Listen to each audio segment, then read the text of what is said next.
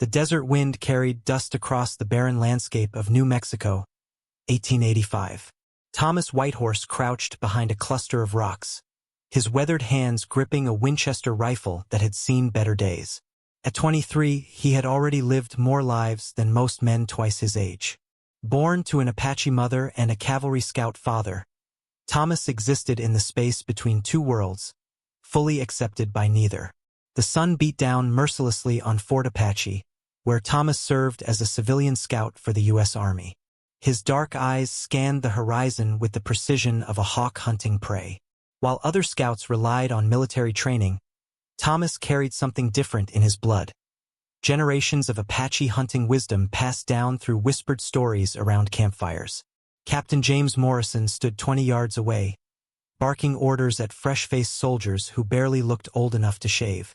Morrison was everything Thomas was not: tall, blonde, educated at West Point, and utterly convinced of his own superiority. The captain had made his feelings about Thomas clear from day one. "You are here because we need your tracking skills, not because you belong here," Morrison had said during their first encounter. "Remember your place, Scout." Thomas had simply nodded, swallowing the bitter taste of prejudice he had grown accustomed to. He needed this job. His mother was sick, and the reservation doctor demanded payment the family could not afford. Every dollar Thomas earned went toward keeping her alive. The fort's atmosphere crackled with tension that morning. Reports had come in of a renegade Apache war party led by a warrior named Nate, who had escaped the reservation with over 100 fighters. They had been raiding settlements, burning homesteads, and evading every patrol sent after them. The attacks were brutal and strategic, targeting supply lines and isolated outposts with devastating efficiency. Morrison gathered his men in the courtyard, their boots kicking up clouds of red dust. "Thomas, stand forward," the captain commanded. Thomas stepped into the circle of uniformed soldiers. Their eyes held a mixture of curiosity and contempt. To them, he was barely better than the enemy they hunted. The captain unrolled a map across a wooden crate. "Intelligence suggests the war party is moving through Canyon de Chelly. They have superior knowledge of the terrain and have evaded our forces for 3 weeks. 17 soldiers are dead. Dozens of civilians have been killed or taken. The general wants this ended, and he wants it ended now." Morrison's finger stabbed at the map. "We ride out at dawn with 40 men. Whitehorse, you will track them. When we engage, you stay back and provide reconnaissance. Under no circumstances are you to take offensive action. Is that clear?" "Crystal clear, sir," Thomas replied, his voice steady despite the insult embedded in the order. That night, Thomas sat alone outside the barracks, cleaning his rifle by lamplight. The other scouts avoided him, uncomfortable with his mixed heritage. The soldiers saw him as Indian. The Apache saw him as a traitor. He belonged nowhere, trusted by no one. An old Apache woman named Nalin approached from the shadows. She worked in the fort's kitchen, one of the few natives allowed inside the walls. She had known Thomas since childhood, had been friends with his mother. "You are hunting your own people tomorrow," she said quietly in Apache, her wrinkled face heavy with sadness. "I am hunting killers," Thomas replied in the same language. "Nature's war will only bring more death to our people. The old ways are dying, grandmother. We must find new ways to survive." Nalin placed a weathered hand on his shoulder. "Your grandfather was the greatest hunter our tribe ever knew. He could disappear into the desert and return with enough game to feed the entire village." She paused, her eyes distant with memory. "He taught you the soup can trick, did he not?" Thomas felt his chest tighten. He had not thought about that lesson in years. His grandfather had shown him a hunting technique so effective it seemed like magic. It involved using a simple tin can to create acoustic deception, making prey believe the hunter was in multiple places at once. "That was for hunting deer, not men," Thomas said. Nalin's eyes hardened. "When men hunt you like animals, perhaps old hunting wisdom becomes new war wisdom." She pressed something into his palm. A dented tin can, the kind used for beans at the fort. "Your mother sends her prayers. She says do what you must to survive, but never forget who you are." Before Thomas could respond, she disappeared into the darkness, leaving him alone with the can and his troubled thoughts. Dawn broke over the desert like a wound splitting open across the sky. Morrison's column rode out with military precision, 40 mounted soldiers creating a dust cloud visible for miles. Thomas rode ahead, reading signs invisible to the trained cavalry eyes behind him. Within 3 hours, he found the trail. Unshod horse prints, disturbed rocks, broken vegetation bent in the direction of travel. The war party had passed through less than a day ago, moving fast and confident. Morrison rode up beside him, his horse snorting impatiently. "Well, how many?" Thomas crouched, examining the tracks with careful attention. "Between 90 and 100 warriors. They are not trying to hide their movement. They want us to follow." The captain's jaw tightened. "That is tactically impossible. No band would openly invite pursuit with such numbers. With respect, sir, these warriors know this land better than we know our own shadows. They are leading us somewhere specific." Morrison's face flushed red. "I did not ask for your strategic assessment, Scout. I asked you to track. Now get back to work before I decide your services are no longer required." Thomas swallowed his response and remounted. The column pushed deeper into the canyon, the walls rising like jagged teeth on either side. Every instinct Thomas possessed screamed danger. The Apache had chosen this killing ground carefully. By midday, they entered a narrow passage where the canyon walls pressed close enough that soldiers could ride only 3 abreast. Thomas halted, his heart hammering against his ribs. "Captain, this is an ambush position. We need to turn back immediately." Morrison laughed, the sound echoing off stone walls. "You see ghosts in every shadow. The tracks lead forward, so forward we go. Perhaps your Apache blood makes you sympathetic to these savages." "Sir, I am trying to keep your men alive." The captain's hand dropped to his pistol. "Are you refusing a direct order, Scout?" Before Thomas could answer, the first shot cracked through the air. A soldier 20 feet away jerked backward, blood blooming across his blue uniform. Then the world exploded into chaos.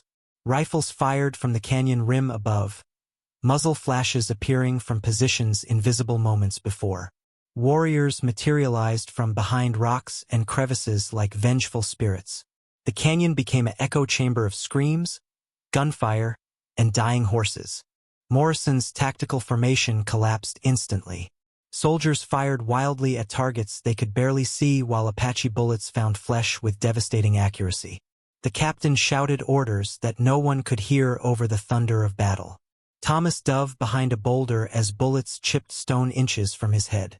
Through the gun smoke and confusion, he saw Morrison take a round through the shoulder, the impact spinning him from his saddle. 3 soldiers rushed to drag their commander to cover, 2 of them falling before they reached safety. The ambush lasted 7 minutes. When the gunfire finally stopped, 18 soldiers lay dead or dying in the red dust. The survivors huddled behind whatever cover they could find, their faces pale with shock and terror. Morrison clutched his bleeding shoulder, his earlier arrogance replaced by raw pain and fear. The remaining 22 soldiers looked to Thomas with desperate eyes, suddenly willing to listen to the half-breed scout they had dismissed hours before. Thomas assessed their situation with cold clarity. The war party had withdrawn but remained close, visible as dark shapes moving along the canyon rim. They were not leaving. They were waiting, letting fear do its work before the final assault. "We need to retreat now while we still can," a young lieutenant named Peters gasped, his hands shaking as he reloaded his carbine. Thomas shook his head. "They control both ends of this canyon. We retreat, they pick us off one by one. We stay here, they wait until dark and finish us. Then what do we do?" Peter's voice cracked with panic. Thomas looked at the tin can still tucked in his belt, Nalin's parting gift. His grandfather's words echoed across the years. "A hunter who cannot be found cannot be killed. A hunter who seems to be everywhere controls the hunt." "I need 5 men," Thomas said quietly. "Volunteers who can follow orders without question and move silently." Morrison tried to stand, grimacing with pain. "You are just a scout. You have no authority to command troops." Thomas met the captain's eyes without flinching. "Then die here with your authority intact, sir." or let me try to save what is left of your command." The silence stretched for 3 heartbeats. Finally, Morrison slumped back against the rock. "Do what you must." 5 soldiers stepped forward, including Lieutenant Peters. Thomas gathered them close, speaking low enough that only they could hear. "The Apache believe I am a traitor, but I know how they think, how they move, how they hunt. Tonight we become ghosts. We use their own tactics against them." He held up the tin can. "This is going to sound strange, but trust me. My grandfather used this trick to hunt elk. Tonight we hunt hunters. If you are watching this and wondering how a simple tin can could change everything, stay with me. Subscribe to the channel because what happens next will show you how ancient wisdom met modern warfare in the most unexpected way. The real battle is just beginning." As darkness fell over the canyon, Thomas positioned his 5 volunteers in a wide arc. He showed each man how to place the can against rock surfaces at specific angles, how to tap it with precise rhythm, how to create echoes that would bounce and multiply through the canyon walls. The Apache on the rim heard sounds coming from impossible directions. Footsteps where no man stood. Whispers from empty spaces. The acoustic deception made 5 men sound like 50, moving in coordinated patterns that suggested a much larger force. Thomas himself moved like smoke through the darkness, his Apache blood finally becoming an advantage rather than a curse. The first Apache warrior fell without ever seeing Thomas. The scout had positioned himself along a natural path the warriors would use to descend into the canyon. His body pressed flat against stone, breathing controlled to near silence. When the warrior passed within arm's reach, Thomas struck with his knife, quick and clean, lowering the body without sound. He took the warrior's rifle and ammunition, then moved to the next position. The tin can trick continued working its magic. Lieutenant Peters and his men created phantom armies with their coordinated tapping and echoes, forcing the war party to split their attention across multiple phantom threats. By midnight, Thomas had eliminated 7 warriors, each kill executed with precision that would have made his grandfather proud. He moved through terrain the cavalry considered impassable, using shadows and stone the way other men used roads. The Apache hunting skills his mother's people had taught him now served a purpose he had never imagined. On the canyon rim, confusion spread through nature's warriors. Their scouts reported contradictory information. Sounds came from everywhere and nowhere. Men swore they saw soldiers in positions that proved empty when investigated. The psychological warfare was working. Thomas used the captured Apache rifle to fire from unexpected angles, then relocated before return fire could find him. He placed the tin can in rock formations that amplified his voice, calling out challenges in Apache that made the warriors believe they faced a much larger force with Apache allies. The war party's confidence cracked. Warriors accustomed to controlling every engagement now found themselves hunted by an invisible enemy who knew their tactics, spoke their language, and moved through their territory like a spirit. Dawn of the second day revealed the cost of the night's confusion. 14 Apache warriors lay dead, killed by what seemed like a phantom force. Nate gathered his remaining fighters, his face dark with anger and disbelief. He knew something impossible was happening but could not identify the threat. Thomas, exhausted but focused, continued his campaign. He slept in brief intervals, always moving, always striking from new directions. The cavalry survivors, inspired by his success, followed his instructions precisely. They created noise patterns that suggested reinforcements arriving, used reflected sunlight off tin cans to mimic signal mirrors, and maintained defensive positions that appeared far more fortified than reality. By the third day, Nature's war party had fractured. 15 more warriors had fallen to Thomas's methodical hunting. The remaining fighters argued among themselves, some wanting to retreat, others demanding they finish the trapped cavalry. Their unity, their greatest weapon, had dissolved. Thomas intercepted a small group trying to flank the cavalry position. For warriors moved through a narrow ravine, unaware that death tracked them from above. He dropped rocks to create an avalanche effect, then picked off the survivors with captured rifles. His shot count had reached 26 confirmed kills. The half-breed scout they had dismissed was becoming a legend written in blood and silence. On the fourth morning, Thomas intercepted an Apache messenger carrying orders from Nate. The warrior never saw the attack coming. Thomas read the message written on deerskin. The war party was planning one final massive assault at noon, throwing everything they had at the remaining cavalry in a desperate bid to salvage pride from the disaster. Thomas returned to the cavalry position where Morrison, pale from blood loss but still breathing, listened to his report. The captain's eyes had changed. The contempt was gone, replaced by grudging respect and desperate hope. "How many have you killed?" Morrison asked, his voice weak. "I stopped counting at 30, sir. But they are breaking. This final attack will either destroy us or shatter them completely. What do you need?" Thomas looked at the exhausted soldiers, men who had watched him transform from dismissed scout into their only hope for survival. "I need every man capable of holding a rifle. I need them to trust me one more time." Lieutenant Peters stepped forward, his face gaunt but determined. "We trust you, Thomas. Tell us what to do." Thomas laid out his plan with swift precision.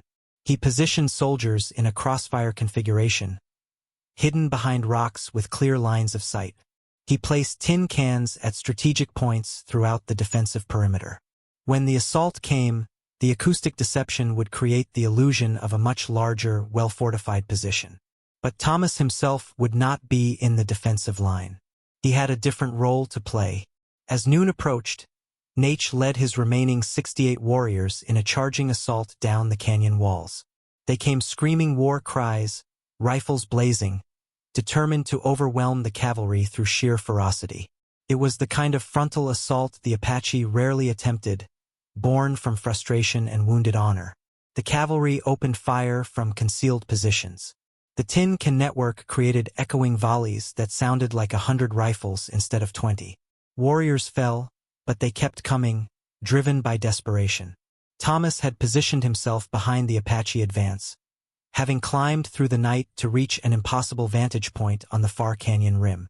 As the warriors focused entirely on the cavalry ahead, Thomas began firing into their exposed backs with methodical precision. The psychological impact was devastating. Caught between frontal fire from the cavalry and precision shots from behind, the war party's charge collapsed into chaos. Warriors scattered, seeking cover, their assault completely disrupted. Nate, recognizing the tactical impossibility of their situation, called for retreat. But Thomas had anticipated this. He had memorized every escape route during 5 days of hunting these canyons. As warriors fled, he was already positioned along their paths, his rifle speaking with cold efficiency. By sunset of the 5th day, the shooting stopped. Nate and 17 warriors escaped into the deeper desert. The rest lay scattered across the canyon in the positions where they had fallen. The cavalry had survived with only 3 additional casualties during the final battle. Thomas descended from his position, his rifle still warm, his body moving on pure willpower. 3 years later, Thomas Whitehorse stood in front of a small wooden house on the outskirts of Santa Fe, watching his mother tend to a garden that bloomed with vegetables and desert flowers. The doctor's bills were paid. She was healthy, laughing as she worked the soil with hands that had almost forgotten how to be strong.